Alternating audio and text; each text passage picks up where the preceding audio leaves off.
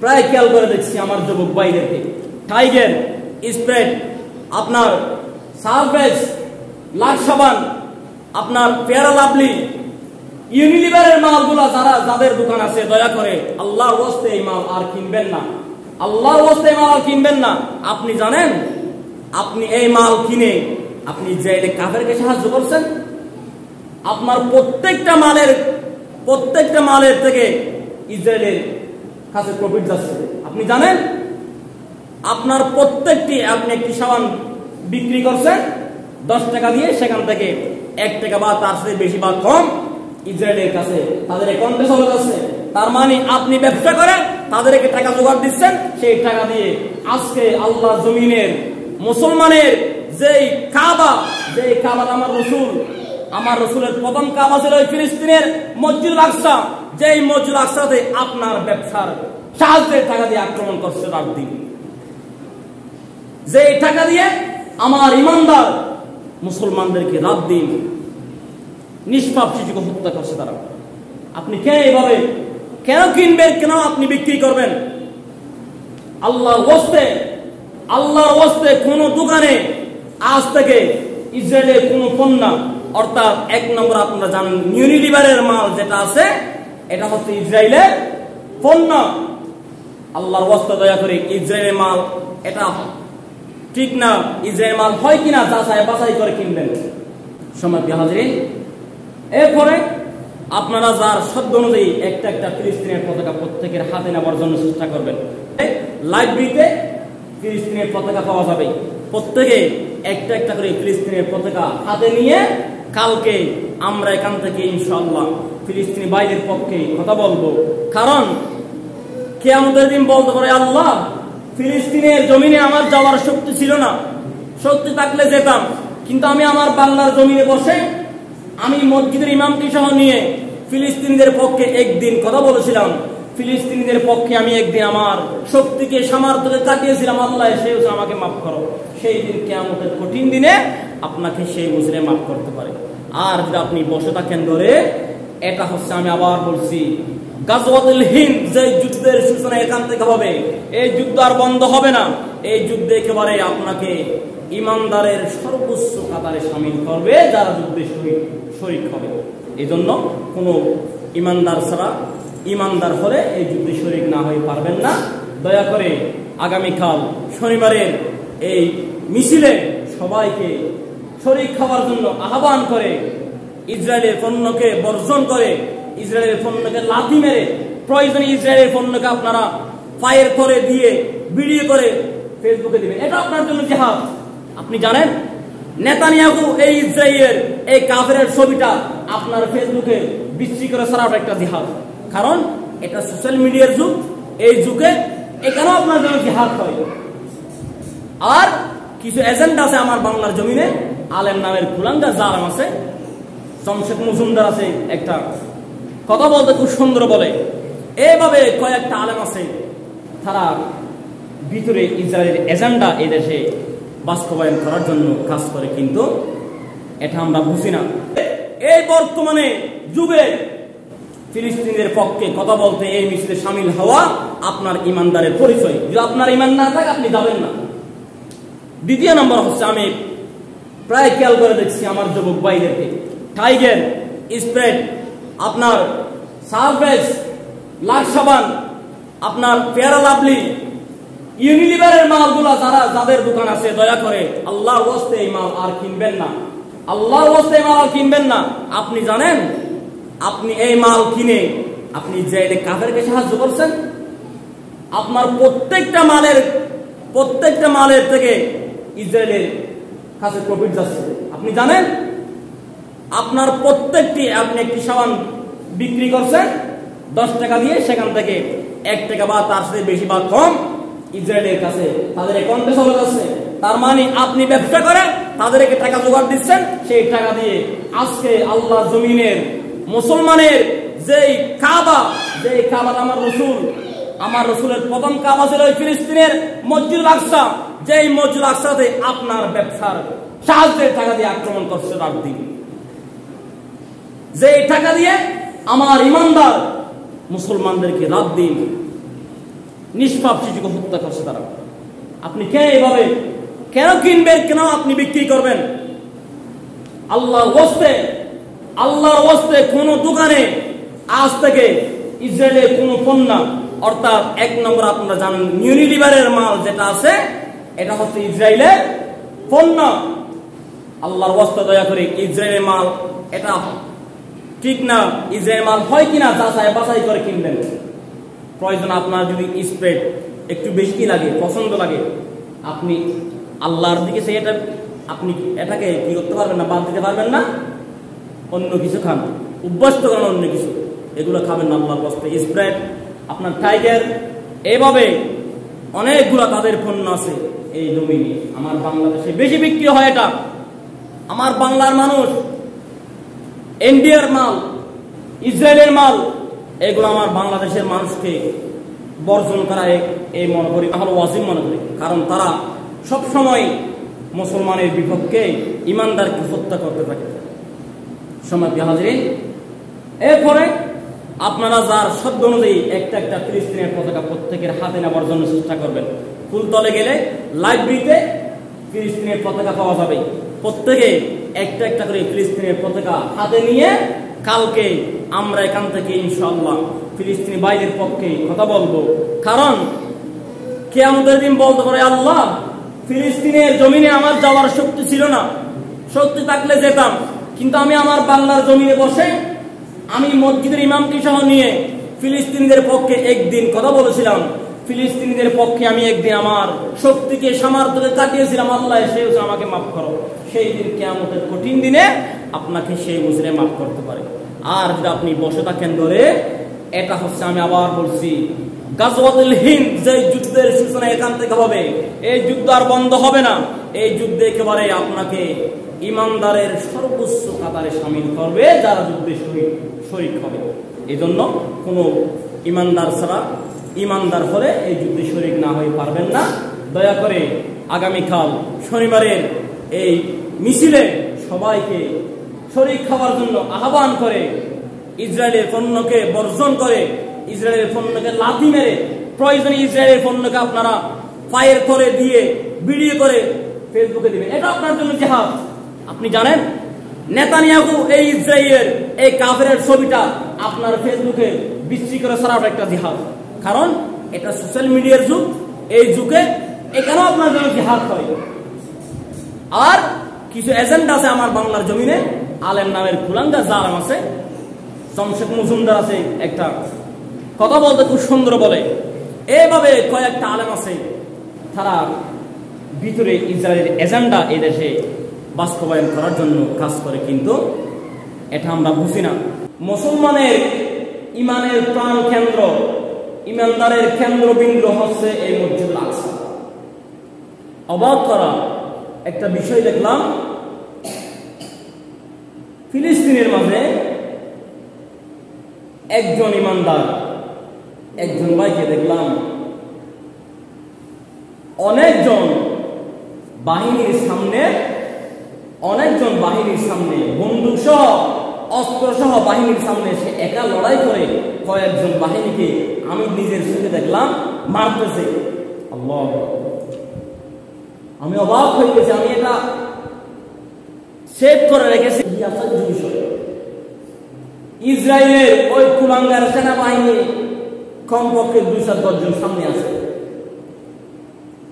তো যখন কোন মোমেন কাটি ইমান নিয়ে নারে তাকবীর আল্লাহু আকবার বলে যখন বাহির হয়, সেই নারে তাকবীর আল্লাহু আকবার স্লোগানের সামনে অস্ত্র দুর্বল হয়ে যায়, বাহিনী দুর্বল হয়ে যায়। আল্লাহ বলছেন, জাহাদু ফি সাবিলিল্লাহ, আমি আল্লাহর রাস্তায় যদি জিহাদ করতে বাহির হয় তাদের শক্তি বেড়ে যায়। ইমান যদি নিয়ে বাহির হয়, আমি সেটা দেখলাম। তিনি একাই, কয়েকজন বাহিনী, শুধু তার হাতে কিছু নাই, আছে শুধু বুকের মধ্যে ইমানি শক্তি। আমি দেখে অবাক হয়ে গেছি।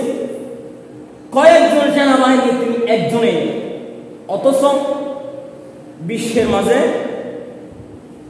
এই ইসরায়েলের ইহুদিদের সেনাবাহিনী হচ্ছে অন্যতম শক্তি। ট্রেনিং, তারা ট্রেনিং শক্ত, এমন শক্ত খুব বেশি। এই অসংখ্য অনেক ইসরায়েলি বাহিনী ওই সেনাবাহিনীকে তিনি ঘুষেতে তিনি তাদেরকে আক্রমণ করতে করতে একজনকে প্রায় শেষ করে দেওয়ার মতো হয়ে গেছে। সুবহানাল্লাহ, ইমানদারের শক্তি হচ্ছে এমন। তো সেই ইমানদার তো এখন গর্জি উঠে না, বুকের মধ্যে ইমান নাই, মুখের মধ্যে ইমানের ঠাল আমাদের মুখে, বুকে নাই ইমান, মুখের মধ্যে ইমানের স্লোগানে আমাদের শেষ নাই, বক্তব্য শেষ নাই, ইমানের শেষ নাই, বুকের মধ্যে ইমানের এক বিন্দু পরিমাণ নাই। থাকলে ঈদের পর থেকে আমি অনেক মসজিদে গিয়েছি, কই মানুষ তো নাই নামাজে, মানুষ তো নাই মসজিদে। তোমার জিহাদ, তোমার স্লোগান এক পয়সার দাম নাই যদি তোমার মাঝে ইমান না থাকে। ফজরের আযান হলে মসজিদ সে থাকি মুসল্লির দিকে, সেই ইমান নিয়ে আজকে তোমরা মসজিদ আকসা বিজয় করবা, ফিলিস্তিন বিজয় করবা, সেই ইমান নিয়ে। তো আজকে ঈদের পরে কয়েকবার মসজিদে নামাজ পড়লেন, যারা এতে থাকছে একজনকেও দুই একজন ছাড়া কাউ দেখিনি। তো ইমান কি রমজানে আসলে আমাদের ইমান বেড়ে যাবে? এক ওয়াক্ত নামাজও কোন একজন পারে না। অথচ রাসূলুল্লাহ সাল্লাল্লাহু আলাইহি ওয়াসাল্লাম বলেন কি, যিনি একজন ইমান নিয়ে, তাকওয়া নিয়ে, ভয় নিয়ে ইতিকাফ পালন করে, তার জন্য একটি খুব বড় হজের সওয়াব, উমরার সওয়াব। তাহলে এক প্রকার আমি হজ না করলেও আমি এক প্রকারে নিজেকে নিজে তাকওয়াবান হাজি মনে করতে পারি। তো আমি ওই হাজি আল হাজ টাইটেল লাগানোর জন্য হজ করতে যাই, টাকা খরচ করে আমি হাজি হলাম। আমি বলবো, যদি যে ব্যক্তি রমজানের তাকওয়া, রমজানের ভয়, রমজানের আমল যদি সারা বছর ধরে রাখতে পারে, বিশ্বাস করেন তার জীবনটা পরিবর্তন হয়ে যাবে। আমার জীবনটা, আমাদের জীবনটা পরিবর্তন হয়ে যাবে। কিন্তু আজকে আমরা যতক্ষণ মন চাই ততক্ষণ আমরা কি করি, ইমানকে আমরা যতক্ষণ মন চাই ততক্ষণ ইমানদার দাবি করি, আবার মন চাইলে আমরা কি এটার মধ্যে নাই, এটা নয়। এই জন্য তো এক যুদ্ধের মধ্যে সাহাবেরা যুদ্ধ করতে গেল, তারা কোনো মতেই যুদ্ধ করার মতো তাদের কি নাই, সুযোগ হচ্ছে না। সবাই রাসূলুল্লাহ সাল্লাল্লাহু আলাইহি ওয়াসাল্লামের সাহাবী উমরের কাছে বললেন, খলিফাতুল মুসলিমিন, উমরের যুগে খলিফাতুল মুসলিমিন, আমরা আজকে 3 দিন এখানে যুদ্ধ করার জন্য আসলাম, কিন্তু আমরা যুদ্ধ করতে পারছি না, আমাদের খাবার শেষ হয়ে গিয়েছে, শব্দ ফুরিয়ে গিয়েছে, এখন আমরা যুদ্ধ করার জন্য সামনে আগাতে পারছি না, আমরা আটকে গেছি। খলিফাতুল মুসলিমিন বলছেন, সাহাবী তোমরা যারা যুদ্ধ করতে গেছো, একটা খেয়াল করে দেখো তোমাদের মাঝে কি নবীজির কোন সুন্নাহ বাদ পড়ছে কিনা। খেয়াল করেন কথাগুলা, খেয়াল করেন।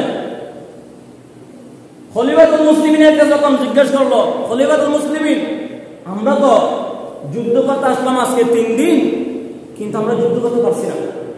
তো খলিফাতুল মুসলিমিন ওমর রাদিয়াল্লাহু তাআলা বললেন, তোমরা সবাই খেয়াল করে দেখো, তোমরা এখান থেকে বের হওয়ার সময় নবীজির কোন সুন্নাহ তোমাদের কি বাদ পড়ে গেছে না কোনো?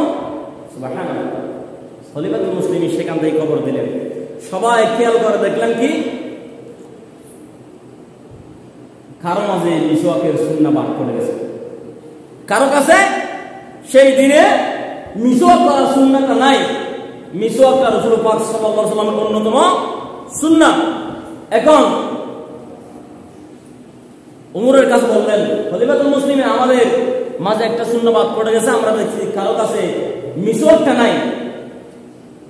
তখন উমর রাদিয়াল্লাহু তাআলা বললেন, তোমরা আজকে রাসূলের সুন্নাহটা বাদ দিছো, সেই জন্য তোমাদের যুদ্ধে তোমরা পরাজয় হওয়ার সম্ভাবনা রয়েছে। তাড়াতাড়ি এক করে তোমরা কি করো, গাছের ডাল ভেঙে মিসওয়াক এক্ষুনি নাও।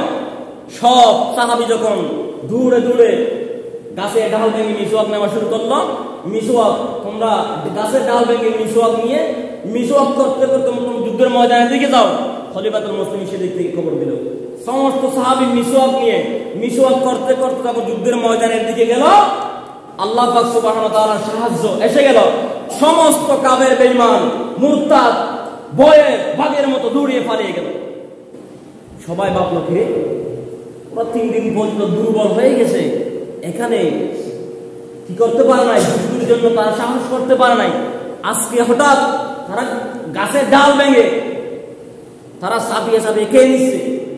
তারা না জানে এখন আমাদেরকে পেলে খেয়ে ফেলবে, সবাই তাড়াতাড়ি ভালো, সবাই দৌড়িয়ে পালিয়ে গেল। তার মানে নবীজির একটা সুন্নাহ বাদ পড়ে গেছে কিনা, জিহাদের ময়দানে গেলে সেটা খেয়াল করতে হবে। আমি বলি, আমি ফিলিস্তিনি ভাইদের কাছ থেকে যারা জিহাদের ময়দানে যাবে খুবই খেয়াল করা দরকার, আমাদের মাঝে আল্লাহ সুবহানাহু ওয়া তাআলার ফরজ নবীজি সাল্লাল্লাহু আলাইহি ওয়াসাল্লামের কোন সুন্নাহ একটাও বাদ পড়ে গেছে কিনা সেটা দেখতে হবে। শুধু শুধু আমরা রক্ত দিলে হবে না, জিহাদ জিহাদ বলে এমনি প্রাণ দিলে হবে না, কিন্তু জিহাদ করার মতো করতে হবে। কত মানুষ আছে না দেখেন, হয়তো আমি খাবার খাই অল্প, এক মুষ্টি খাবার খাই 2 মুঠ, কিন্তু সেগুলো আমাকে খাওয়ার মতো খেতে হয়, বলে না? ভাত খাই অল্প আমি 1 বাসন, কিন্তু সেগুলা কিছু ভালো তরকারি খাওয়ার মতো করে খেতে হয়, না হয় আমার ভালো লাগে না, খাইতে পারি না। খাওয়ার মতো খেতে হবে, আপনার রূহ আত্মা শান্তি হবে। আপনাকে জিহাদের ময়দানে ডাক দিলে নামলে আপনাকে জিহাদের মতো জিহাদে যেতে হবে। এখন আগামী শনিবার, আগামীকাল সবাইকে ফিলিস্তিনের পক্ষে জিহাদের ঘোষণা আছে। আমি হাদিস শরীফে হাদিসের মধ্যে আমি খেয়াল করে দেখি, এই যুদ্ধের ডাক সারা বিশ্বব্যাপী যেটা জিহাদের ডাক দিছে, এটা মাত্র জিহাদের সূচনা হয়েছে। এখন এই জিহাদ করতে করতে শেষ পর্যন্ত কোথায় যাবে জানেন? গাজওয়াতুল হিন্দ, যে যুদ্ধের ঘোষণা আসবে সেখান পর্যন্ত পৌঁছে যাবে এই যুদ্ধের ডাক। এই যুদ্ধে থামাবে না, রাসূলের হাদিস। এই যুদ্ধে যদি আপনি অংশগ্রহণ করতে না পারেন, আপনার ঈমান যদি দুর্বল থাকে, আপনি যে যুদ্ধে যাওয়ার জন্য আকাঙ্ক্ষা না করেন, আপনি মনে রাখবেন আপনি ঈমানদার নও। ফিলিস্তিন হচ্ছে মুসলমানের ঈমানদারের ঈমানের কেন্দ্রবিন্দু। যেই ফিলিস্তিনে, যেই মসজিদুল আকসাতে আমার নবীজি স্বয়ং আল্লাহর কাছে দিদার লাভ করেছেন, যেই মসজিদুল আকসাতে আদমে সফিউল্লাহ পর্যন্ত, ঈসা রূহুল্লাহ, নবী মুহাম্মদ রাসূলুল্লাহ সমস্ত পয়গম্বর সেখানে আসছে। এবং এই ফিলিস্তিন হচ্ছে কিয়ামতের ময়দান। এই ফিলিস্তিন মুসলমানের ঈমানদারের কেন্দ্রবিন্দু। এই ফিলিস্তিনের জিহাদের ডাক আপনাকে কানে রাখতে হবে, আপনাকে মানতে হবে, আপনাকে জিহাদে শরীক হতে হবে। যদি আপনি মনে প্রাণে শক্তি সামর্থ্য থাকার পরেও ইচ্ছা করে যদি আপনি এই জিহাদে যদি আপনি অংশগ্রহণ না করেন, আপনি ঈমানদার নও। আপনি এই যুগে জিহাদের বিরুদ্ধে। আপনি কেন? রাসূলুল্লাহ সাল্লাল্লাহু আলাইহি ওয়াসাল্লাম বলেছেন, জিহাদ হচ্ছে কেমন জানেন? মানুষের মাঝে নামাজ যেমন ফরজ, নামাজ একজন মানুষের যেই দিন নামাজ ফরজ হয়েছে, যেই দিন থেকে তার জন্য মরণ পর্যন্ত নামাজ যেমন ফরজ, রাসূলুল্লাহ সাল্লাল্লাহু আলাইহি ওয়াসাল্লাম বলেছেন একজন মানুষের জন্য জিহাদও সেই দিন থেকে মৃত্যু পর্যন্ত ফরজ। এবং জিহাদ থাকবে কিয়ামত পর্যন্ত। আমার জমিনে জিহাদ বলবৎ থাকবে, জিহাদ চলবে আমার জমিনে কিয়ামত পর্যন্ত। কেন? কারণ জিহাদ যারা করবে তারা হচ্ছে আমি আল্লাহর শহীদ। সেই জন্য এই যুদ্ধ, এই জিহাদের ডাক হচ্ছে গাজওয়াতুল হিন্দের সূচনা মাত্র। এখন আপনাকে ধরে বসে থাকলে হবে না। জিহাদ কেমন জানেন? আল্লাহর কাছে কত নৈকট্য লাভ করা যায়। একটা মাত্র ঘটনা বলি। জাহাদু ফি সাবিলিল্লাহি আমওয়াত বাল আহইয়াউ ওয়ালাকিন লা তাশউরুন। আল্লাহ বলেন যারা আমি আল্লাহর রাস্তায় জিহাদ করে কি হয় শহীদ হয়ে যায়, আমি আল্লাহর রাস্তায় প্রাণ দেয়, তারা মৃত নয়, বাল আহইয়া বরং তারা জীবিত। তারা জীবিত। কেমন জীবিত? তারা কেমন পছন্দনীয় মানুষ যারা আল্লাহর জমিনে জিহাদ করে। আল্লাহর জমিনে যারা জিহাদ করে আল্লাহর কাছে তারা এত প্রিয়, আর কোনো মানুষ এত প্রিয় নয় যে ব্যক্তি আল্লাহর জমিনে আল্লাহর পক্ষে জিহাদ করে। আল্লাহর ওলির চাইতে সমস্ত মানুষের মাঝে যদি আল্লাহর কাছে প্রিয় বান্দা থাকে, সর্বপ্রথম কাতারের প্রিয় বান্দা হচ্ছে যারা আল্লাহর জমিনে আল্লাহর জন্য জিহাদ করে। আমির হামজা রাদিয়াল্লাহু তাআলা জিহাদের শহীদের ঘটনা শুনেন। আমির হামজা রাদিয়াল্লাহু তাআলা নবীজির চাচা আমির হামজা রাদিয়াল্লাহু তাআলা নতুন বিবাহ করেছে। জিহাদের ডাক আসছে, জিহাদের ডাকে সবাই সারিবদ্ধ হয়েছে। আমির হামজা নতুন বিবির দিকে যায় নাই, ডাকাও করে নাই, জিহাদের ময়দানে চলে আসলো। রাসূলুল্লাহ বললেন, আমির হামজা আমার চাচা আপনি কি করবেন না, জিহাদের ময়দানে যাবেন না, আপাতত আপনি বাড়িতে চলে যান। কেননা এই আরব দেশের সবচাইতে সুন্দর জামিলা আমির হামজার স্ত্রীর নাম ছিল, সেটা আপনার জন্য স্ত্রী হিসেবে আপনাকে কি করেছি, বদ্ধ করে দিয়েছি, বিবাহ বন্ধন আবদ্ধ করে দিয়েছি। আপনার হক আপনি আদায় করুন, বাড়িতে চলে যান, আপনাকে জিহাদের ময়দানে যেতে হবে না। চলে গেলেন আমির হামজা বাড়িতে গিয়ে। রাত্রে স্বামী স্ত্রী দুইজন ঘুমাতে গেল। হঠাৎ করে গভীর রাতে কুতিলা মোহাম্মদ বলে আওয়াজ আসলো। আমির হামজা রসুলের চাচা আমির হামজা স্ত্রীর বিছানা থেকে চলিয়ে গেল। পালিয়ে উঠল। তরবারি ছিল সংক্ষেপ করে বলতে সময় কমের কারণে, তরবারি ছিল লটখানো যুদ্ধের তরবারি, সেটা নিয়ে তিনি দাঁড়িয়ে গেল। স্ত্রী বলল, স্বামী আপনি যে মাত্র আমরা দুইজন মিলন করেছি, আমাদের আপনার উপর গোসল খরচ হয়েছে, একটু দাঁড়াও, আপনাকে আমি কি করি গোসলের জন্য এক মাস পানি এনে দিই, আপনি গোসল করে যান। কেন? আপনি যদি গোসল না করে যান, হয়তো আপনি যদি যুদ্ধের ময়দানে শহীদ হয়ে যান, কিয়ামতের ময়দানে আপনি নাপাক অবস্থায় শরীর নিয়ে আল্লাহ পাকের কাছে কেমনে দাঁড়াবেন? ও স্বামী একটু সময় দেন, আমি এক মাস পুকুর থেকে পানি আনতে আপনাকে গোসলের জন্য সুযোগ করে দিই। আমির হামজা বললেন, তুমি শরীয়ত এখানে কি করিও না, কাটাইও না। যেই জায়গায় যেই জমিন আমার নবী নাই, সেই জায়গায় আর আমার গোসলের ফরজ নাই, আমি গোসল কার জন্য করব? জিহাদের ডাক আছে, এখন গোসলের শরীয়ত পরে আমাকে আগে যেতে দাও, তরবারি দাও, আমি জিহাদের ময়দানে চলে যাব। আর পিছনে ফিরাই নাই, আমির হামজা জিহাদের ময়দানে চলে যাবেন। জিহাদের ময়দানে গিয়ে লড়াই করতে করতে শহীদ হয়ে গেল। শহীদ হয়ে এবার যুদ্ধের শেষে সব সাহাবী উহুদের ময়দানে 70 জন সাহাবী শহীদ হয়েছে। 70 জনের মধ্যে 69 জন শহীদের লাশ একসাথে করা হলে একটা খুঁজে পাচ্ছে না। নবীজি বললেন, এই লাশটি কোনটি, কোনো কি চিহ্ন নাই, কোনটা পাওয়া যাচ্ছে এখানে একটু দেখো। লাশটা কোথায় খুঁজে পাওয়া যাচ্ছে না, লাশটা খুঁজে পাওয়া যাচ্ছে না, মাঠের মধ্যে নাই। আমির হামজার লাশটি তারা এমন ভাবে নির্যাতন করে শহীদ করেছিল, মাথা থেকে আলাদা করে দিয়েছিল, তার শরীরের রুহের খলিজাটি হিন্দারি ছিটিয়ে ছিটিয়ে খেয়েছিল।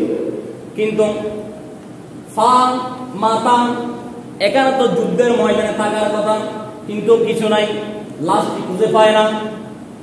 সব সাহাবী তন্ন তন্ন করে জিহাদের ময়দানে লাশ খুঁজতেছে, পাওয়া যায় না।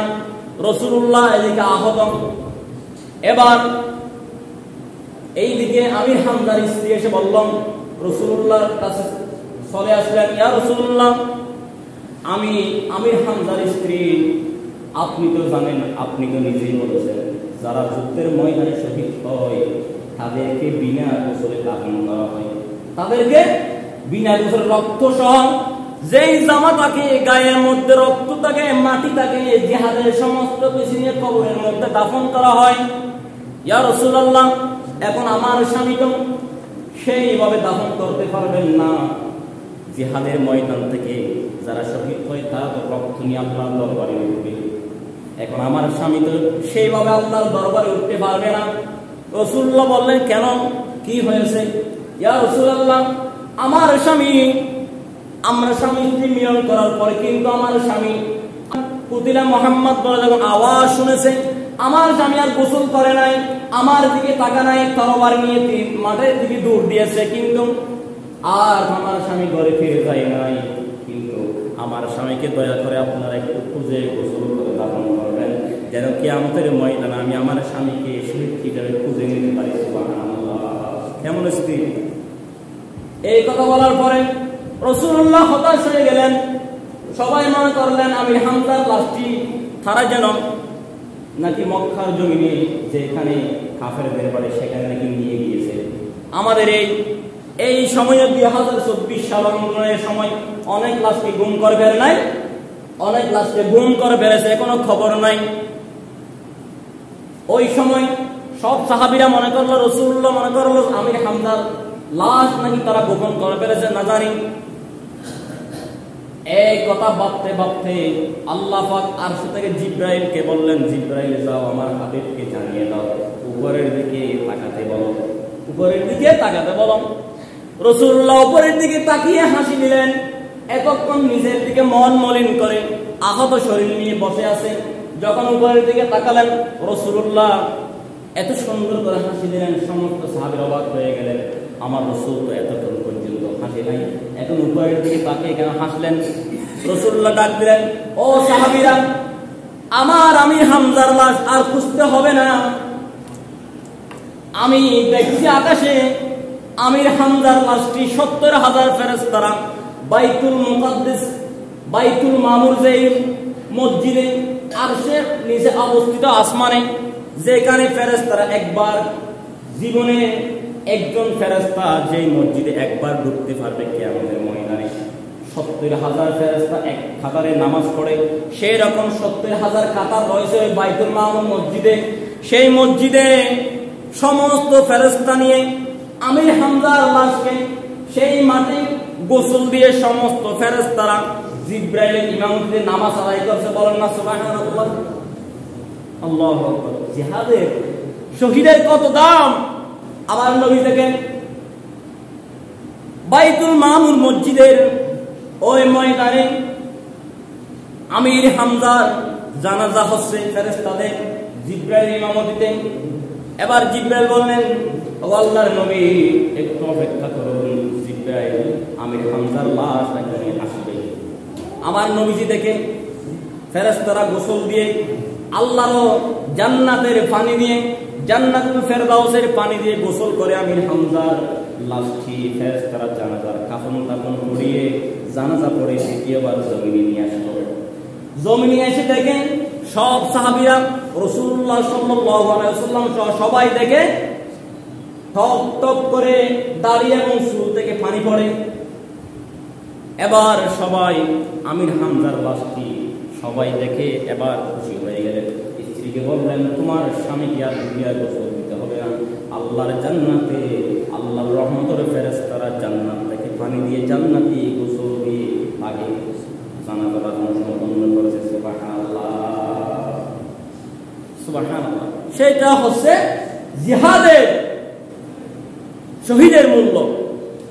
অবাক করা একটা হাদিস শরীফ বলে আমি শেষ করছি। একজন সাহাবী ছিল বিজাতি বিদর্মী, তিনি যুদ্ধে ডাক আসছে, হঠাৎ করে নবীজির কাছে বললেন, ইয়া রাসূলুল্লাহ, ওগো আল্লাহর নবী, আমাকেও আপনাদের মুসলমান ইমানদারের সাথে জিহাদের ময়দানে যাওয়ার জন্য আমারও ইচ্ছা হয়। রাসূলুল্লাহ বললেন, না, এটা সম্ভব নয়, এটা সম্ভব নয়, এটা হচ্ছে ইমানদার আর কাফেরদের যুদ্ধ, এখানে তুমি যেতে পারবে না। তো তোমাকে যদি এখানে যেতে হয় ইমানদার হতে হবে। ইয়া রাসূলুল্লাহ, তো আমি কি করতে পারি? তোমাকে ইমান আনতে হবে। ইয়া রাসূলুল্লাহ, আমি ইমান আনলাম। তো ইমান আনার পরে এখন তো জিহাদে চলে যাবো। আমি তো ইমান আনার পরে নামাজ, ইমান আনছে, ইমান আনার পরে নামাজের ঘোষণা। এখন তিনি বলে এখন তো জোহরের ওয়াক্ত হয় নাই, কিন্তু আমি ইমান আনলাম, কিন্তু জিহাদের ময়দান আমাকে চলে যেতে হবে। ঠিক আছে, তুমি জিহাদের ময়দানে চলে যাবে। ওই সাহাবী ইমান আনছেন, ইমান আনার পরে হাতে তরবারি নিয়ে যুদ্ধে চলে গেছেন এবং শহীদ হয়ে গেছে। শহীদ হওয়ার পরে আল্লাহর নবী দেখেন ওই সাহাবী জান্নাতের মধ্যে উঠে গেল। সুবহানাল্লাহ। এই জন্য আমি বলছি আগামীকাল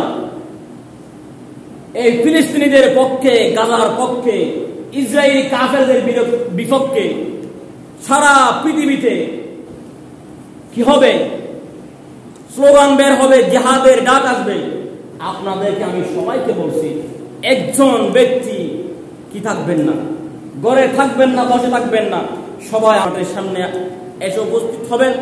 আমরা এই এলাকা থেকে একসাথে বের হয়ে আমরা আমাদের যে জায়গাতে গিয়ে উপস্থিত হতে হবে সেই জায়গা ফুলতলে বা যেখানে একটা জায়গায় গিয়ে আমরা যেটা করা প্রয়োজন এটাই করব। কিন্তু কোন ব্যক্তি, কোন ভাই, কোন মুরব্বী ইমানদার যদি হয়ে থাকেন, আপনি আগামীকালের এই মিছিল থেকে আপনি বিরত থাকতে পারেন না যদি ইমানদার হয়ে থাকেন। আমি আবার ঘোষণা করছি, আপনাকে ইমানদার হয়ে থাকলে আগামীকালের আপনার স্বার্থ, আপনার ইনকাম, আপনার মহাব্বত সবগুলো বাদ দিয়ে, আপনার সব বাদ দিয়ে আগামীকালের মিছিল আপনাকে ইমানদারের এই বর্তমানে যুগে ফিলিস্তিনের পক্ষে কথা বলতে এই মিছিলে শামিল হওয়া আপনার ইমানদারের পরিচয়। যদি আপনার ইমান না থাকে আপনি যাবেন না।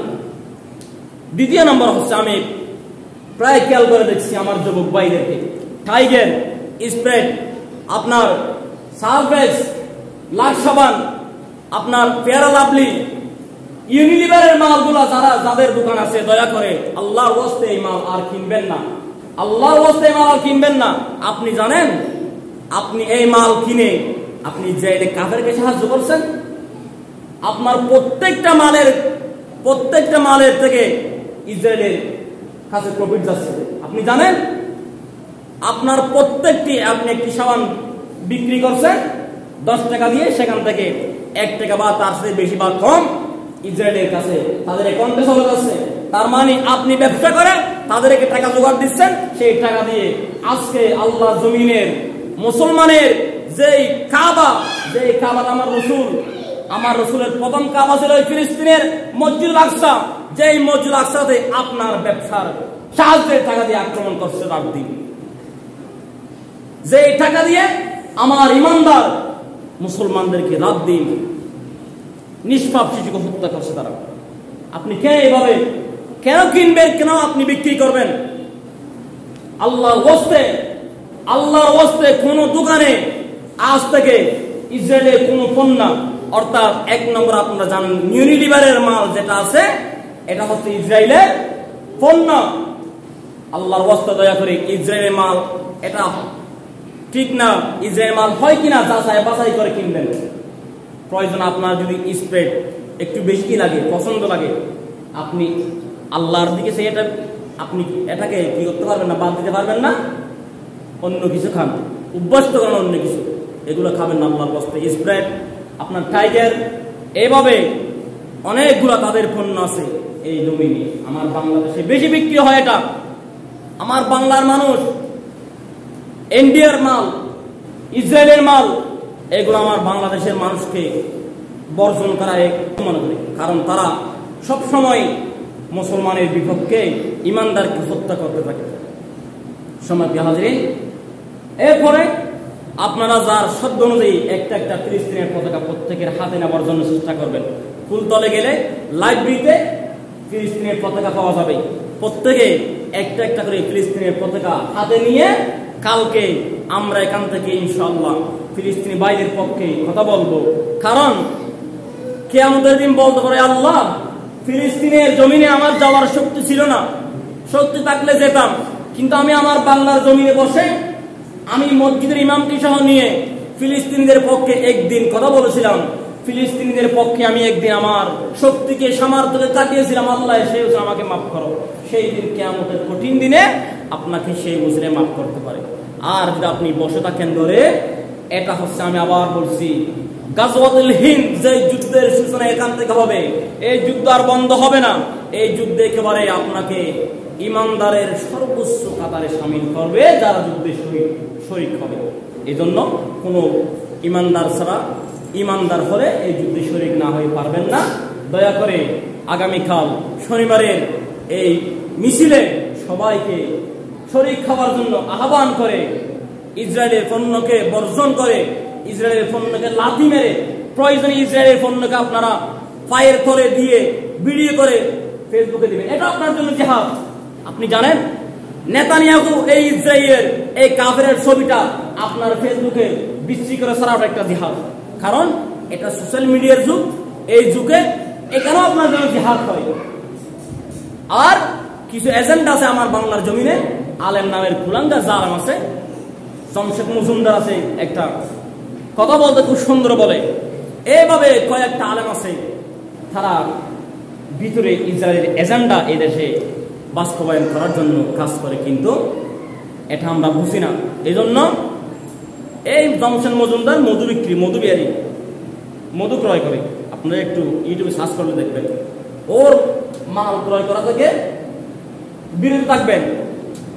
সম্মানিত প্রিয় হাজিরিন, আল্লাহকে ডেকে, নবীকে ভালোবাসে, আউলিয়া কেরামের পতাকা করে থেকে, মা বাবার খেদমত করে, মানব সেবা করে, হকের পক্ষে লড়ে, ফিলিস্তিনের পক্ষে কথা বলে, আমরা আমাদের জীবনকে আল্লাহ পাক কবুল করুন। আমিন। আসসালামু আলাইকুম ওয়া রাহমাতুল্লাহি ওয়া বারাকাতুহু। সুন্নাত পড়েন নাই, সুন্নাত পড়েন।